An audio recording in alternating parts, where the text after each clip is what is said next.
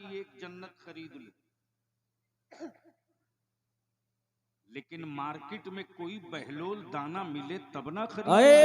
वाह वाह वाह वाह, नारे तकबीर, नारे रिसालत, नारे गौसियत, मसलके आला हजरत। क्या बात है, जवाब नहीं। नहीं, दिक्कत ये है ना कि ये जो बीच में हाईवे है 4 लाइन का, बाबू आना है तो जल्दी आ जाओ बेटा। देखो बलियावी से तकरीर करानी पड़ती है, स्टेज ढांसू हो तो माल निकल जाता है। अब मजमा अगर हसास हो तो तकरीर सुनी नहीं जाती, तकरीर देखी जाती है। बेशक। और ये भी दुनिया जानती है कि बलियावी का कमाया हुआ माल नहीं है, मुफ्ती आजम के यहाँ से पाया हुआ माल है। सुभान अल्लाह, सुभान अल्लाह। रास्ता दे दो बाबू प्लीज, रख दो भैया। तुम्हारी उम्र छूट देने की नहीं, तुम्हारी उम्र स्कूल जाने की। बेटा जल्दी बैठ जाओ, फौरन बैठ जाओ कुर्सी पर।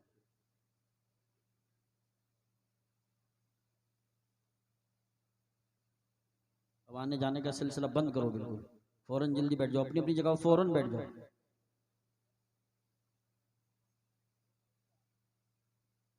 हो गया हजरत, हो गया, मैं तकरीर शुरू करूं?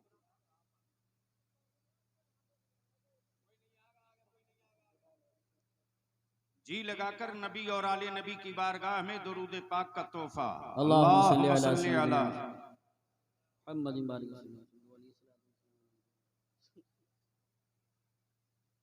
यूसुफ साहब, दावे इश्क का पोल खुल गया। मैंने अर्ज की दरूद शरीफ पढ़ने की तो आवाज इतनी पस्त है जैसे लगे कई साल के भूखे।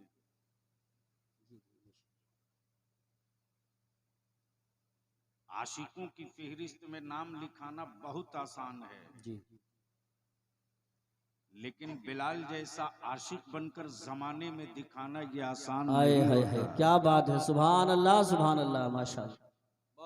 इसलिए जी लगाकर नबी और आले नबी की बारगाह में बाबाज़े बुलंद अल्लाहुम्मा सल्ली अला सय्यिदिना सय्यदिना मौलाना मुहम्मदिन बारिक वसल्लिम सल्लु सल्लल्लाहु अलैहि सलातुम व सलामन अलैका या रसूल अल्लाह। मुझसे पहले आपने शायरी मसलके आला हजरत बलियावी किसी की मुंह देखकर न कभी बोला है न कयामत तक बोलेगा। हक हक। लेकिन स्टील की तरह जमाने की परवाह किए बगैर हम ठोक के रजा के मसलक का झंडा लेके तरन्नुम रेजी करें। वाह वाह वाह वाह, सुभान अल्लाह। उस पतले दुबले हिम्मत वाले शायर का नाम शायर इस्लाम असद इकबाल है। उलमाए ज़बील एहतराम का मजमा मौजूद है। थोड़ी देर के बाद इनके हाथों से फारिगीन हुफ़ाज़ो कुर्रा के सरों पर दस्तार बांधी जाएगी। हाफिज कुरान मौजूद है। अब बहुतेरे वो मौजूद हैं जो मेहराबों में सुना चुके, असातिज़ा भी हैं, तलबा भी। कल तक ये तालिबे इल्म थे, दस्तार के बाद ये तालिबे इल्म नहीं रहेंगे, मुअल्लिम होंगे। बस सिर्फ एक शेर, जमीन भीगी हुई है आंसुओं से, आंसुओं से। जमीन भीगी हुई है आंसुओं से, यहां बादल इबादत कर रहे हैं। वाह वाह वाह वाह वाह, सुभान अल्लाह। जमीन भीगी हुई है आंसुओं से, यहां बादल इबादत कर रहे हैं, फजा में आयतें महक रही हैं। कहीं बच्चे तिलावत कर रहे हैं।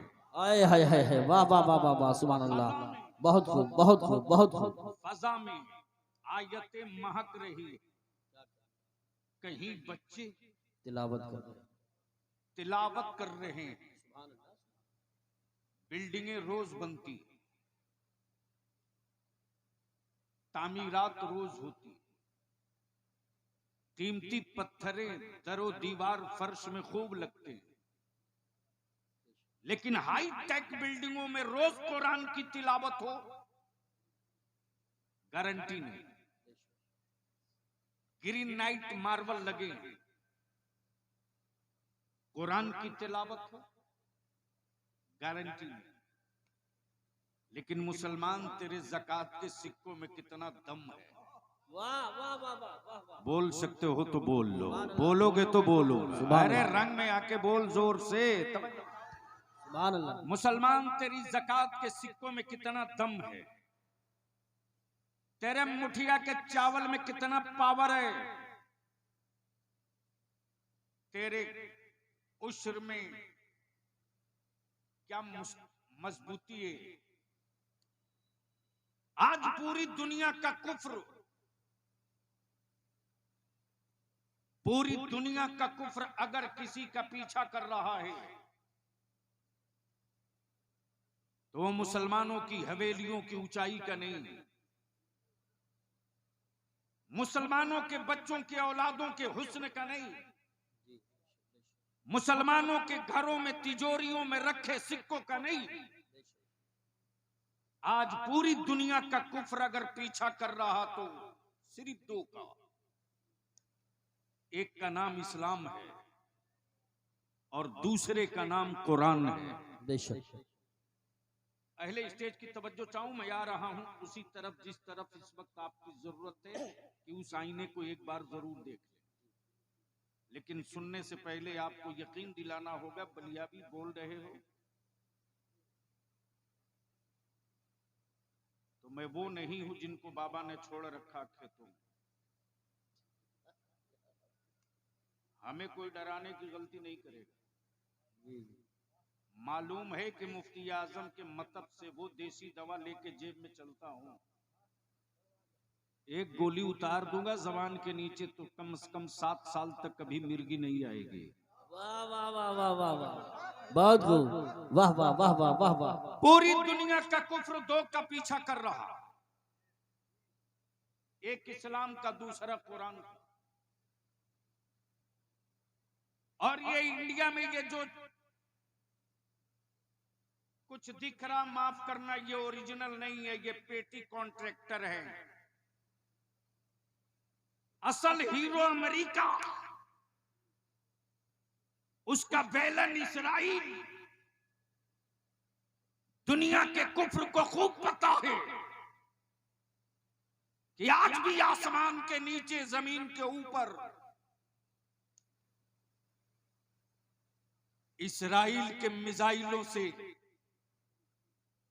प्लास्टिक का खिलौना समझकर खेलना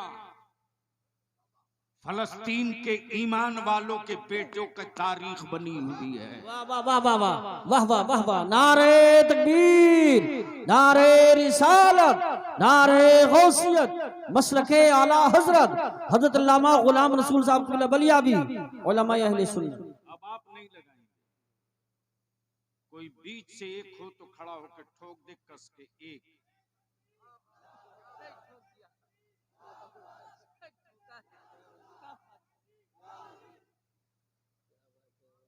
इसका जोड़ा इस किनारे से लगा,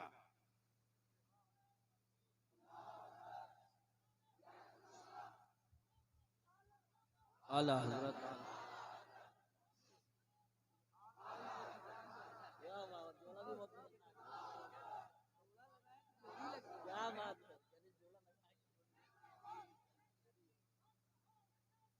जन्नती जन्नती।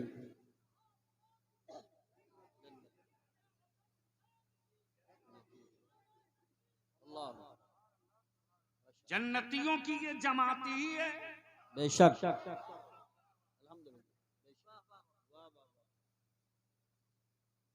रिसर्च इस पर हो रहा कि पूरी दुनिया में गरीब मुसलमान, प्लीज ए बेटे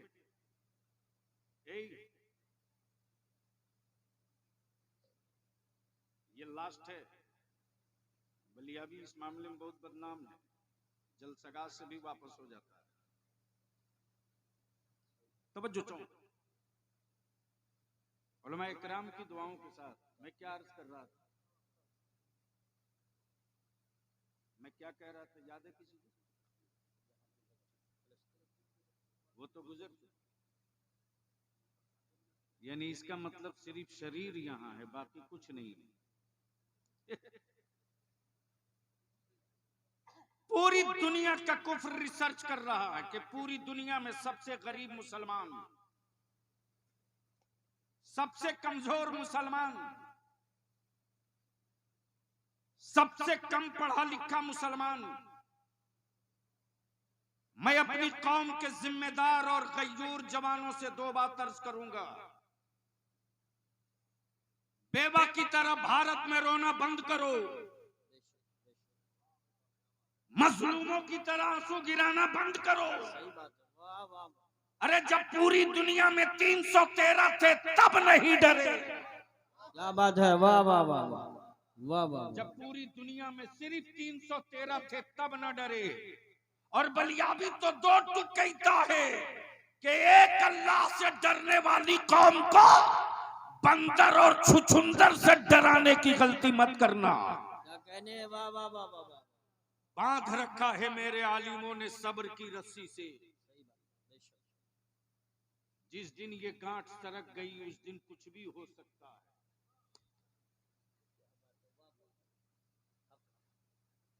लेकिन आज कोई दिक्कत तो नहीं।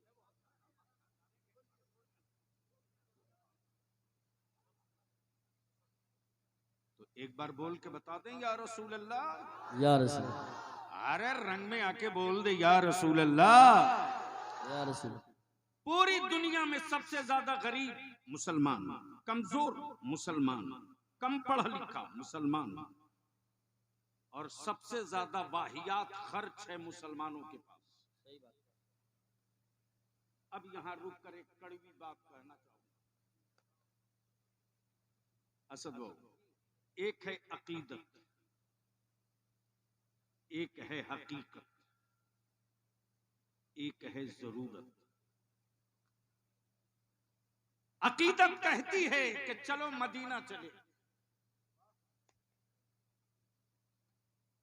लेकिन मुस्तफा की शरीयत कहती है कि हर साल मत जाओ। अकीदत कहती है कि मस्जिद का मीनार 200 फीट ऊंचा हो, लेकिन मेरी कौम की जहालत और मेरी बेटियों की जवानी का बोझ कहता है कि 200 फीट ऊंचा बुलंद मीनार बाद में देखना। अपने पड़ोस के गरीब बाप की बेटी की पहले रुखसती करा ले फिर सोचना। क्या बात है, वाह वाह वाह वाह वाह वाह वाह। बहुत अच्छा पैगाम दे दिया आपने, बहुत अच्छा पैगाम दे दिया। जवाब नहीं है। नमाजों की कबूलियत के लिए संगे मरमर का होना जरूरी नहीं। सजदों की कबूलियत के लिए ग्रेनाइट का होना जरूरी नहीं। अमन नबी का इश्क सलामत है तो खेत में भी सजदा करेगा मेरा रब कबूल। सुभान अल्लाह सुभान अल्लाह। लेकिन दिक्कत कहां है? अकीदत के सौदागरों ने चादर में उलझा दिया। अकीदत के सौदागरों ने जन्नत का सौदा शुरू किया। अकीदत के सौदागरों ने मेरी नस्लों के ज़हनो फिक्र पर बांध दी। लेकिन इस गांठ को भी खोलना हम उलमा की जिम्मेदारी है। इसकी परवाह मत कीजिए कि कौन हजरत नाराज होंगे, फिक्र इसकी कीजिए कि मेरी मिल्लत कहां जा रही, मेरी नस्ल। हक है। एक से एक रोज पटाखे फूटते हैं, लेकिन आज थोड़ी सी कड़वी दवा मैं भी पीऊंगा, आप भी पीओ। जरूरत है अपने जलसों का मिजाज बदलने का। सैलाब के पानी से खेती नहीं होती। गमले में गंदुम की खेती करके खानदान नहीं पाल सकते हो। नस्लों की आसूदगी के लिए खेतों में खेती करनी पड़ेगी। अकीदत, हकीकत, जरूरत यह है कि मेरे घर के मेरे मुआशरे का कोई बच्चा अनपढ़ न रहे। लेकिन हम मस्त हैं देख लुटाने में। हम मस्त हैं 3 लाख की चादर चढ़ाने में। और कुछ तो ऐसे चंद सिक्कों के दौलत पाने के बाद नशा में आ गए कि कुर्बानी का बकरा खरीदेंगे 5 से नहीं, 10 लाख का नहीं, 25 लाख का। अखबार में उस जानवर की तस्वीर जब तक छपे नहीं तब तक कुर्बानी हुई नहीं। माफ करना, तुमने दौलत की नुमाइश का काम किया है, रज़ाए इलाही के लिए कुर्बानी नहीं किया। बेशक बेशक। इसलिए 2 चंद पॉइंट्स ऐसे हैं जिस पर थोड़ी देर आपकी तवज्जो चाहूंगा।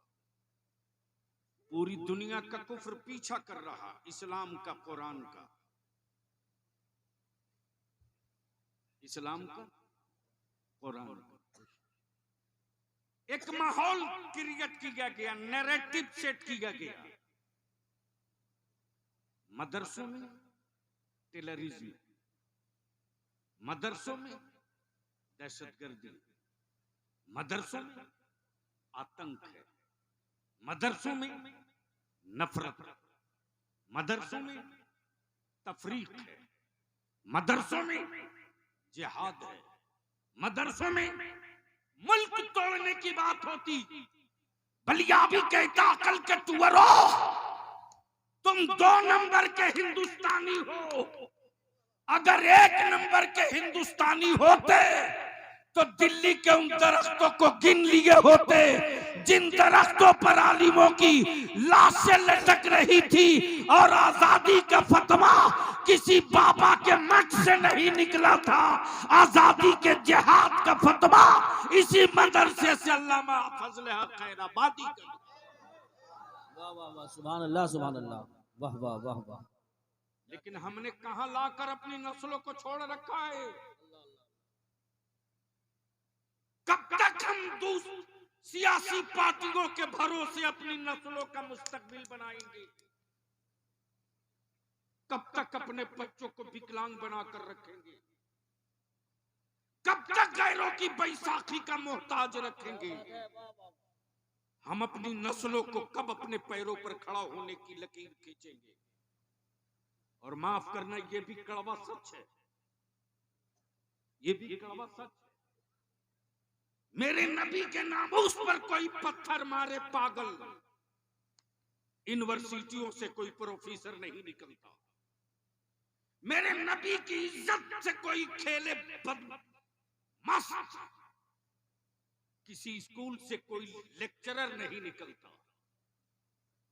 मेरे नबी की इज्जत पे कोई हाथ डाल दे, सेकुलर कहलाने वाली किसी सियासी पार्टी के लीडर के गले से एक आवाज नहीं निकलती।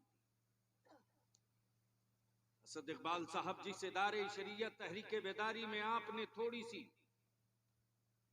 कटिहार में झलक देखी। 4 स्टेट में हमने अपने उलमा को इकट्ठा किया था, 4 स्टेट के 750। कहां मेरी कौम ने हमारी इज्जत में कमी की जी? कहां कमी की? आज भी मेरे जवानों के दिलों में आलिमों की इज्जत इस कदर। जिनको उठना जल्दी उठो प्लीज, जल्दी जाओ, देर नहीं करो।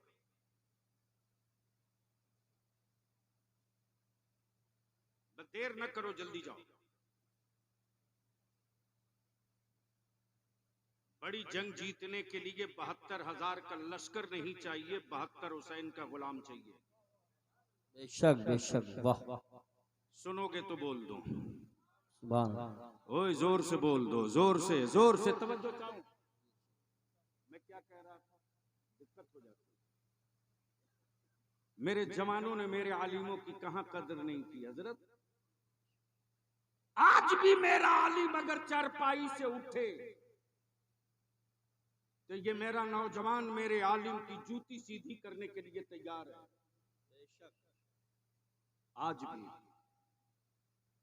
आज भी मेरे गांव में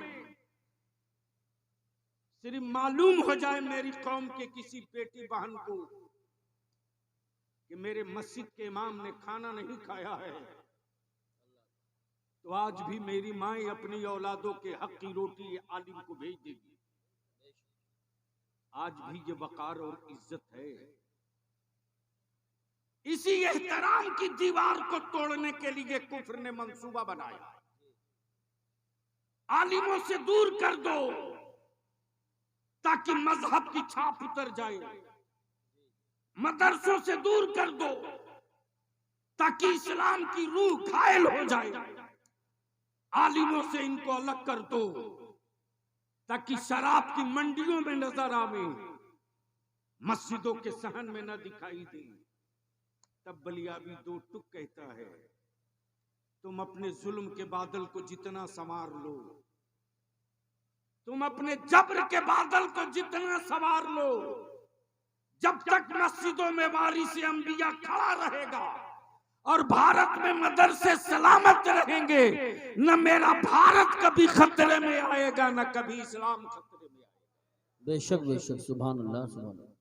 इसलिए थोड़ी देर के लिए मैं आपकी तवज्जो लाऊंगा। और ये भी सही है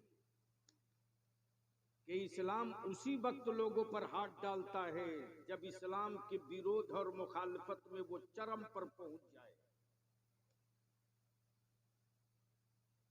आप तो वोट दिए, काम खत्म। असद बाबू, ये भी एक इत्तेफाक है, जब हम राज्यसभा में थे तो मोहतरम जनाब शफीकुर रहमान बर्क साहब नहीं थे, और जब ये गए हाउस में तो मैं एमएलसी बन गया।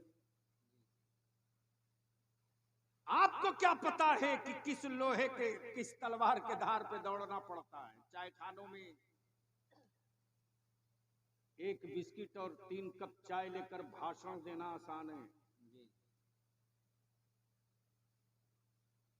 चीखते रह गए खान अब्दुल गफ्फार खान, लीडर पैदा करो,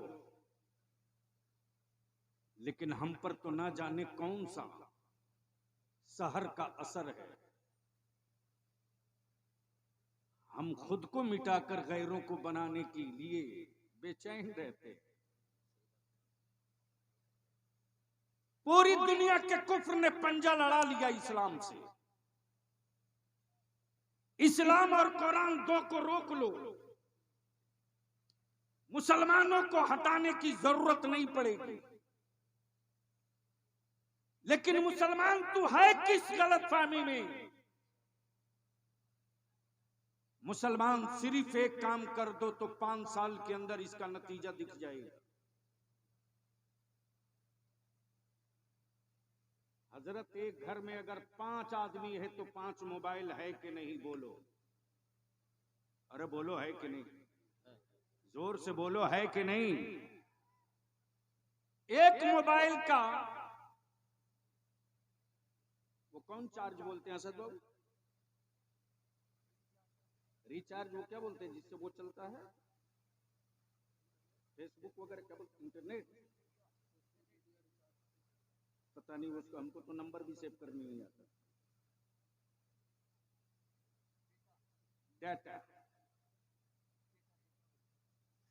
डेटा पैक कम से कम 300।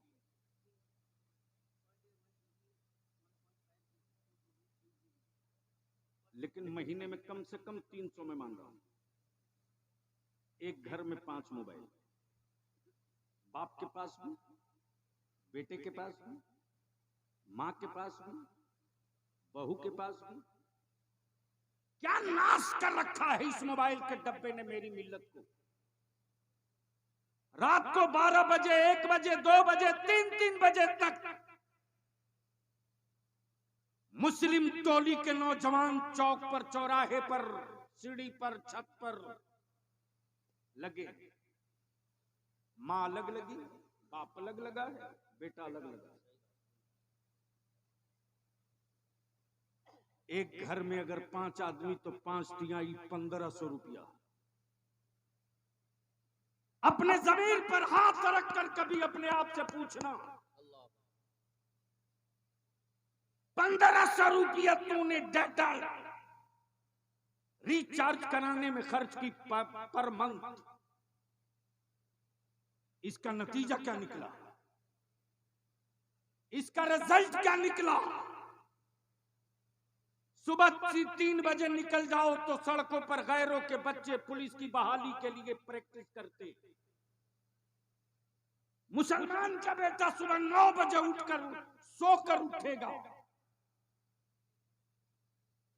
तुझको होश में लाने के लिए किन किन बीमारियों को दवा दी जाए। सिर्फ नारा लगा लेने से अपनी नस्लों का मुस्तकबिल नहीं बदल सकते। हर रोज बारात पर करोड़ों लाखों रुपया बर्बाद हो रहा।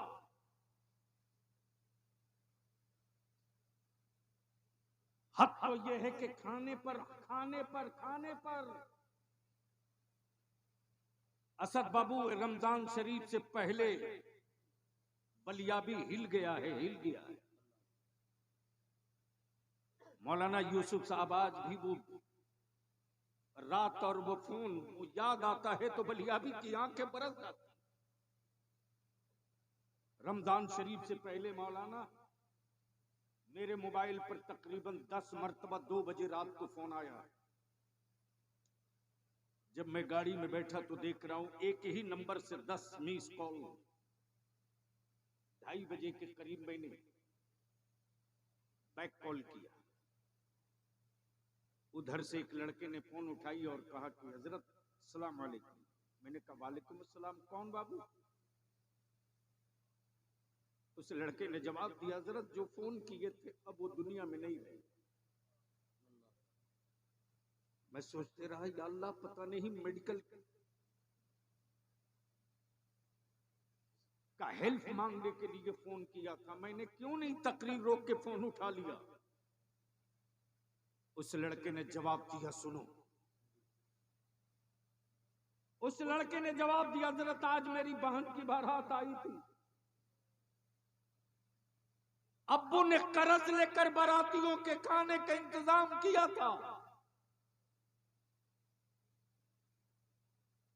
25-20 आदमी का खाना घट गया। खाना बनना शुरू हुआ, थोड़ी ताखीर तो होती ना।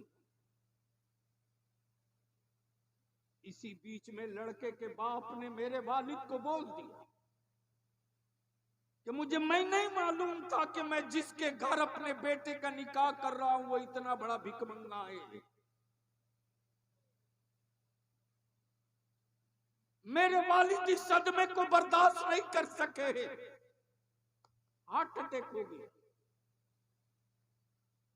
आप एक टेलीफोन कर दे हॉस्पिटल वाले, मेरे वालिद की लाश जल्दी दे दे। मैं पूछता हूं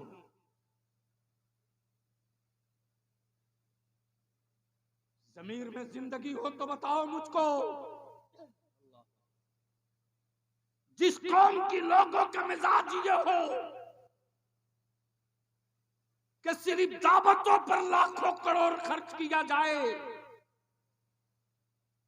वो कौम बिरयानी का मजा तो समझ सकती है, इक़्तिदार और सत्ते का मजा नहीं समझ सकती।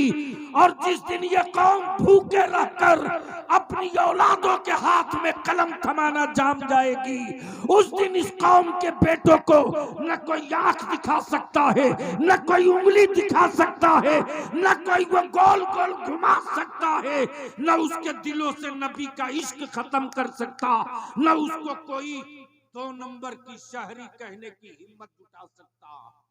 जब तक जारी रखोगे तब तक सियार भी तेरी औलादों को डराएगा। लेकिन अफसोस है, थोड़ी सी हट करके अपनी गुफ्तगू से एक तजर्बे की बात कर दो। एक बूढ़ा शेर था, बूढ़ा शेर बूढ़ा हो गया तो जाहिर सी बात है शिकार करने में भी दिक्कत। जब बूढ़ा हो गया तो उस शिकार पे बड़ी मुश्किल से निकला तो उसको गीदड़ों ने घेर लिया। जब गीदड़ों ने घेर लिया तो जवान शेरों की नजर पड़ी, और जवान शेरों की जब नजर पड़ी तो सारे जवान शेर इकट्ठा हो गए। तब उस बूढ़े ने कहा, मुझे क्यों बचा रहे हो इन गीदड़ों से? तुम तो शिकार करके तन्हा खा जाते थे, मेरे बुढ़ापे पर रहम भी नहीं करते थे। तुम शिकार करके अकेले खाते थे, मेरे बुढ़ापे पर दया भी नहीं करते थे। तब शेरों के झुंड ने कहा कि गीदड़ों ने घेरा है, सवाल बुढ़ापे का नहीं है, जी बेशक, सवाल बिरादरी का है, बिरादरी का है। क्या बात है, वाह वाह वाह, समझ चाहो, सवाल बिरादरी का है। तो जंगल के दरिंदों ने बिरादरी की अहमियत समझ लिया, और बलियाबी की गुफ्तगू में बिरादरी का मतलब शेख, सैयद, अंसारी, मोगल, तुर्क, पठान नहीं है, बल्कि बिरादरी का मतलब इस्लाम है। इस्लाम की बिरादरी के अगर हो तो जिस तरह वो एक दरिंदा होकर अपने बूढ़े की हिफाजत के लिए इकट्ठा हो गया, जरूरत है कि अपनी नस्लों के लिए इकट्ठा हो। बहुत अच्छा पैगाम दिया है माशाल्लाह। मेरे अजीज, सुभान अल्लाह, दुनिया का दस्तूर है, दुनिया का दस्तूर है। अकीदत ये कहती है हर साल तैयबा जाए, हकीकत ये कहती है कि मदीना जाने के लायक चेहरा तो बना ले, और जिस्म से जाना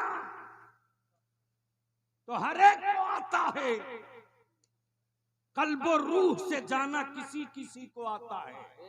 और जब इस मंजिल पर फायज हो गए मेरे रजा, तब पुकार पड़े जानो दिल, होशो खैरात, सब तुम मदीने पहुंचे, तुम नहीं चलते, सारा तो सामान गया। सुभान अल्लाह, सुभान अल्लाह। तुम नहीं चलते रजा, सारा तो सामान गया। अब आंखें खोलो, एक तारीख का हिस्सा देख लो। जब इस्लाम पर पूरी शिद्दत के साथ लोगों ने अटैक किया है, तब इस्लाम ने उन्हीं की हवेली से अपना मुहाफिज निकाल लिया। सुभान अल्लाह, सुभान अल्लाह।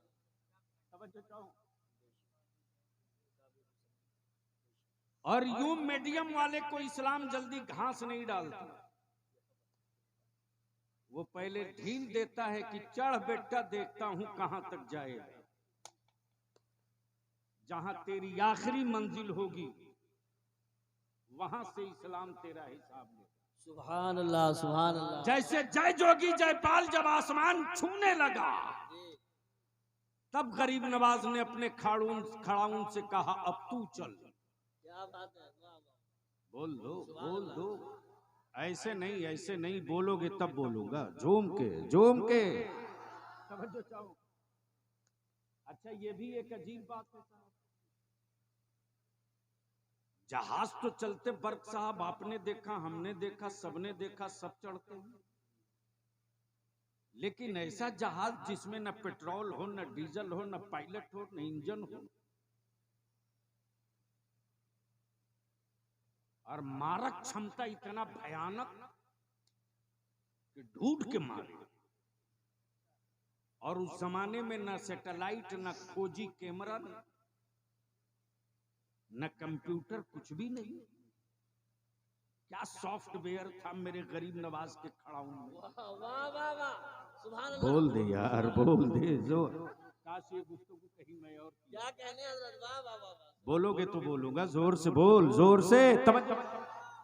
क्या हेवी सॉफ्टवेयर था, तब बलियाबी कहता नबी की आल का तलवार जब गूंगी लकड़ी पर पड़ जाए तो आसमान से छुपे मुजरिम ढूंढ ले, आसमान में छुपे मुजरिम ढूंढ ले।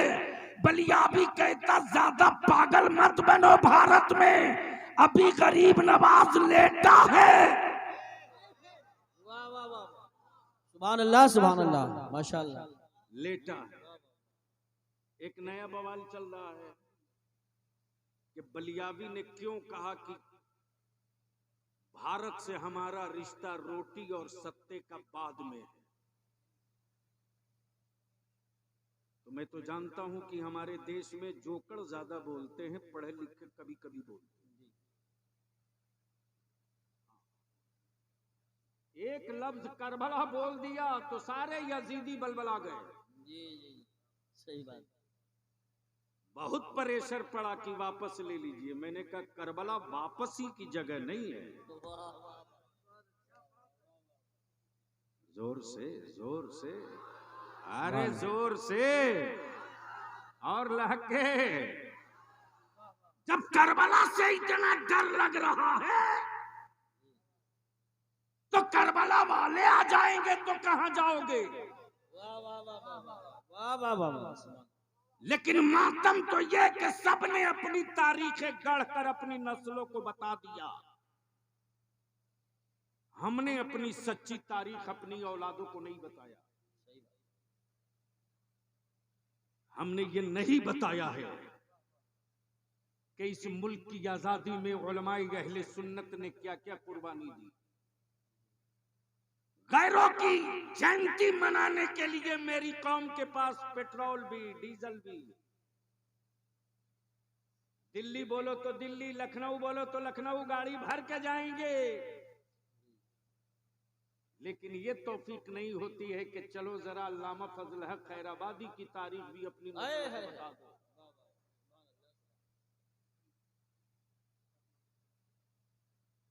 लेकिन असद भाई जब एमपी हुआ तो अचानक मुझको रमजान में चढ़ गया। मैंने कहा ढूंढेंगे पोर्ट ब्लियर में, अंडमान निकोबार में अल्लामा फजल हक खैराबादी का मजार कहाँ।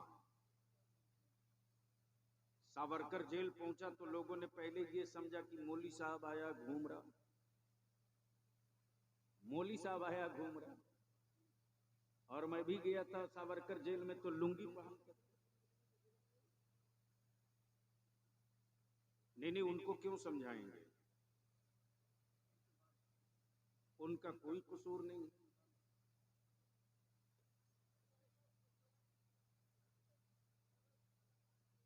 सुभान अल्लाह, माशाअल्लाह माशाअल्लाह। जाहिर सी बात है वो आपके हैं, आप उनके हैं, आप हम सबके हैं। मेरे अगर ना होते तो इतनी रात को अपने उलमा के बीच होते। जी माशाअल्लाह माशाअल्लाह। बैठ जाए बेटा। बस आखिरी गुफ्तगू का आखिरी हिस्सा।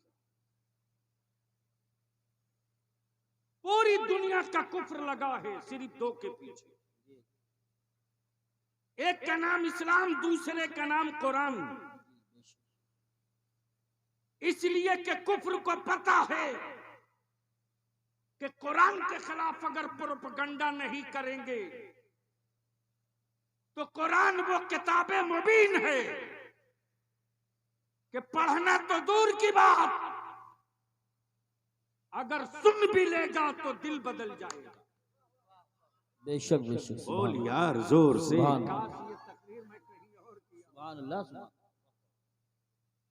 सुन लेगा तो दिल बदल जाएगा।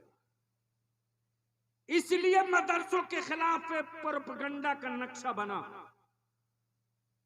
ताकि भारत की बड़ी आबादी के बच्चे मदरसों के करीब ना जाने पाए, भारत के बच्चे कुरान से दूर रहे, भारत के बच्चे कुरान करीम को किताब मार काट वाली समझे। लेकिन ये कुरान है, कुरान। कुरान ने मुस्कुरा कर कहा तू नफरत करता, अरे जब तू बीमार पड़ेगा जब किसी बाबा की दवा काम न करेगी, जब कोई एक्सरे और इंजेक्शन न काम करेगा, तो तेरे बाप मजबूर होकर मस्जिदों के दरवाजे लाएंगे और इमाम कुरान पढ़कर दम करेगा, तब तुझे सुभान अल्लाह माशाअल्लाह। वो भी रोज ये काम हो रहा। इसलिए मेरे अजीज, आखिरी गुफ्तगू का आखिरी हिस्सा सुन लो। अमेरिका का एक क्रिश्चियनिटीज का ब्रांडेड मुबल्लिग था, ब्रांडेड हेनरी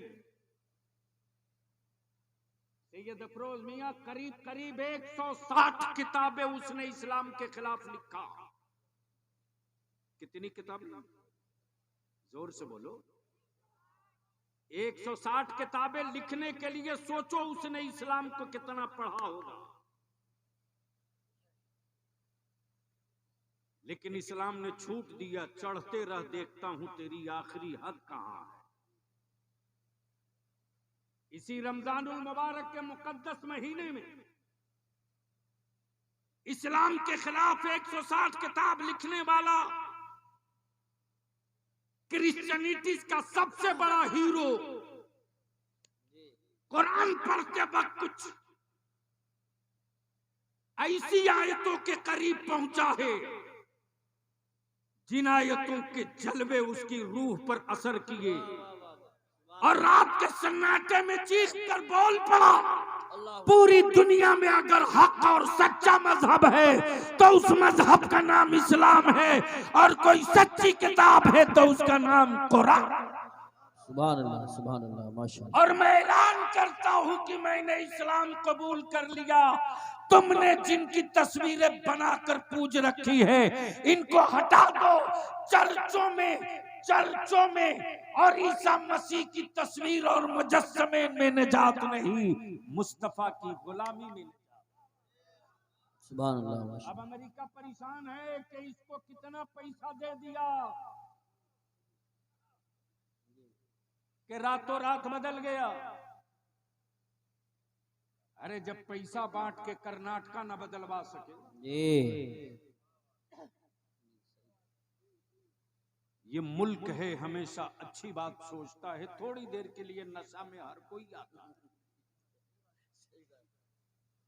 और इस भारत से किसी का लगाव सत्ता का, रोटी का, रोजगार का, कंपनी का, कारोबार का हो सकता है। यार, ईमान वालों का रिश्ता भारत से सिर्फ रोटी और मकान का नहीं, बल्कि जिस दिन मेरे नबी ने अपने ज़बाने तर्जमान से कह दिया, हिंद का नाम लिया, उसी दिन से ईमान वालों के दिलों में भारत की मिट्टी का एहतराम इतना ऊंचा हो गया कि मुसलमान अपनी सरहद भी बचाना जानता है, अपना मजहब भी। सुभान अल्लाह बेशक। तो अब आखिरी बात मैं पूछ लूं कि ये जहेज और बारात की जो फौज रोज जा रही है, ये खत्म होना चाहिए कि नहीं होना चाहिए? खत्म होना चाहिए। धीरे बोल रहे हो। अरे जोर से बोलोगे तब ना, जोर से बोलो। खत्म होना चाहिए, जहेज की लानत की नहीं होनी चाहिए। तो इस मजमे में कोई ऐसा है बाप जिसका बेटा कुंवारा हो?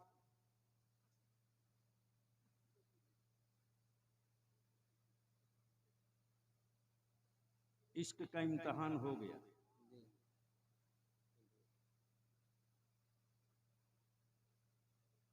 मैं जान रहा हूं बेटा, बस जल्दी ही आएंगे सदर इकबाल साहब। अच्छा, यहाँ जितने लोग बैठे हैं सबके बेटों का निकाह हो गया?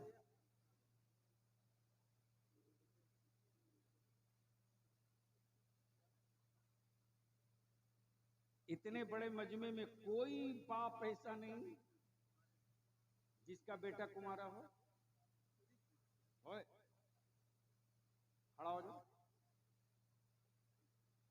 छोटा है तो क्या हुआ, बेटा है ना, तो बाद में बेचोगे, सौदा करोगे। ये है बाप जिंदगी के साथ खड़ा हुआ। कोई दूसरा बाप है खड़े हो जाओ। तीसरा, चौथा, सुभान अल्लाह।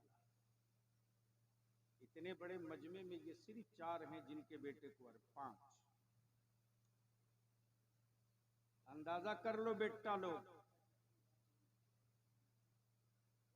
5। कहीं ऐसा तो नहीं कि बकिया लोग जो बच गए हैं उनका बेटा ही नहीं। अल्लाह पकड़ गई तेरी चोरी, पकड़ गई तेरी चोरी। तुम जैसे लोगों के कांधे पर इस्लाम सर बुलंद नहीं होगा। इस्लाम ढूंढ रहा उन फकीरों को, वाह, जिन फकीरों ने अपने कांधे पर न सिर्फ ये कि इज्जत और वकार बचा रखा है, उन्हीं फकीरों की दुआओं के बल पर हम भी टिके खड़े पड़े। बेशक। अभी मैंने आवाज दिया तो ये समझ लिए कि मौलाना बलिया भी फंसाएगा। माफ करना, स्क्रैप माल की कोई कीमत नहीं होती। और जब तक स्क्रैप रहोगे कचरे के रेट में खरीदे जाओगे। और जिस दिन मॉडल बनने की सलाहियत हो जाएगी ना, उस दिन दुनिया तेरी कीमत नहीं लगा सकती। तो पूरी दुनिया का कुफ्र मिलकर इस्लाम और कुरान का पीछा कर रहा है, और इस्लाम मुस्कुरा कर कह रहा है कि न इस्लाम रुकेगा न कुरान रुकेगा। जब जब खिलाफत उस्मानिया का खात्मा हो गया तो इसी चाइना ने कुरान पर बैंड लगा दिया कि हमारे मुल्क में कोई कुरान नहीं पढ़ेगा। हमारे मुल्क में कुरान रखना देशद्रोह होगा। कानून बन गया, घरों से कुरान के नुस्खे निकाल लिए गए। जो हाफिज कुरान थे उन्हें जेल की सलाखों में डाल दिया गया। लेकिन कुरान बचाने का जिम्मा अल्लाह ने अपने जिम्मे करम पर ले रखा। सुभान अल्लाह। आसमान रब ने बनाया है लेकिन बचाने का जिम्मा नहीं लिया। रब ने जमीन बनाई है, बचाने का जिम्मा नहीं लिया। लेकिन रब ने कुरान उतारा तो बचाने का जिम्मा रब ने खुद। बेशक। खिलाफत उस्मानिया के बाद जब लग गया बैंड, कोई कुरान नहीं पढ़ेगा। कुरान की तालीम देने वाले आशिकों का जत्था उतर गया। बच्चे खेल रहे हैं, इशारों इशारों में कुरान पढ़ाया जा रहा है। बच्चे बकरियां चला रहे हैं, इशारे इशारों में कुरान पढ़ाया जा रहा है। किसी ने बलियाबी से पलट कर कहा कि ये इशारों में कुरान कैसे पढ़ाया गया। मैंने कहा यही तो कुरान का एजाज और मौजज़ा है कि जब नाबीना अंधा 30 पारा कुरान हिफ्ज कर सकता है तो इशारों में कुरान को अक्ल वाला आंख वाला क्यों नहीं। जी बेशक। सुभान। इसलिए डर लगता है लोगों को इस्लाम और कुरान से। तो जरूरत इस बात की है कि आप अपने बदन की एनर्जी को सिर्फ 3 काम के लिए इस्तेमाल कर दो। मत चढ़ाओ गरीब नवाज की महंगी चादर। माफ करना, इस जुमले पर अगर कोई मुझे सुलह कुल्ली कह दे तो मैं हिसाब 7 खानदान का करूंगा, छोड़ूंगा नहीं। इसलिए कि मेरे रजा का मसला कि यह नहीं है कि हकीकत पे न बात की जाए। मैं पहचानता हूं उन चेहरों को। जो ओरिजिनल चिश्ती है वो रजा के साथ है, और जो अहले तशा का साथी है वो अहले तशा का। इसलिए बगैर किसी रियायत के तैबा जाने को जी चाहता है, लेकिन क्या तैबा जाने के लायक शक्ल भी बना रखा। मदीना जाने को दिल तड़पता है। क्या कभी सोचा कि वो कहां शहर रसूल? मुल्क तो कायनात का खालिक तो रब है, लेकिन अल्लाह ने कीमती शहरों की कसम नहीं फरमाया है, महबूब के शहर मक्का और मदीना की कसम फरमाया है। उस अजमत वाले मदीने की तमन्ना सभी करते हैं, हर ईमान वाले को करना चाहिए, और न करे तो खोटा है।